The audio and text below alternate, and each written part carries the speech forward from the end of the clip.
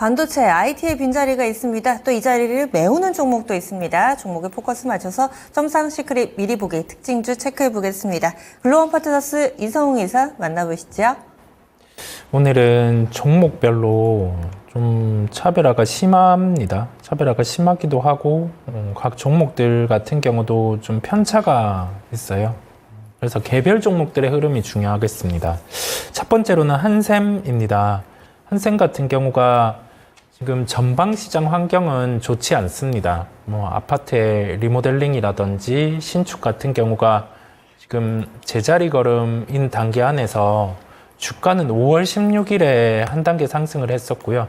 이때가 배당 성향의 변화, 주주 친화 정책의 증대 이 부분도 있겠지만은 생각보다 실적이 나쁘지가 않았어요. 그리고 나서 이제 2분기 실적 시즌에 들어가는 단계에서 실적이 나오면서 또 주주 친화 정책의 증대 가능성이 부각이 되고 있습니다. 보통 잉여연금을 통해서 우리가 이 부분을 활용해서 주주 친화 정책을 쓸 수 있는데 상장사 중에서는 한 5위권 이내로 잉여연금을 활용해서 주주 친화 정책을 쓸 수 있는 체력을 갖고 있습니다. 오늘은 9.03% 상승을 하고 있는데요. 보유하고 계신 분들은 아직도 보유해도 된다라는 말씀을 종목을 통해서 드립니다. 두 번째로는 GS글로벌입니다. 전거래일에 상한가에 도달을 했었고 지금 같은 경우는 20% 상승한 3,855원에 거래가 되고 있습니다. 동해 대왕고래 프로젝트의 참여 기대감이 주가에 좀 반영이 되고 있는 상황이고요.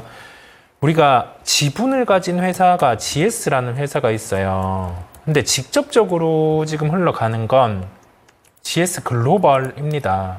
그렇다 보니까 우리가 GS에너지의 지분을 가진 GS글로벌이 상승을 할 때 키를 맞추지 않을까라는 생각을 할 수 있는데 지분은 한 단계의 쿠션이 들어가다 보니까 직접적인 회사를 매매하시는 게 낫다라는 말씀을 드립니다. 세 번째로는 브랜드엑스 코퍼레이션입니다.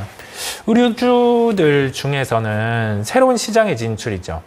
특히 중국이라든지 미국 시장에 진출을 할 때 그와 관련해서 우리나라 인구 대비해서 몇 배가 많기 때문에 더 좀 이익의 가시성을 주가에 부여를 시키기 마련입니다. 오늘은 12.54% 상승한 6,370원에 거래가 되고 있고요.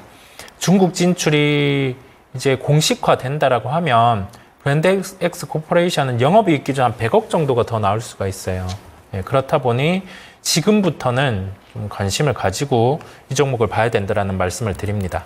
다음으로는 파세코입니다. 오늘은 23% 상승한 11,920원에 거래가 되고 있습니다. 대량 거래가 6월 10일에 나타났고요. 그리고 나서 대량 거래가 6월 24일 오늘 또 나타나고 있어요.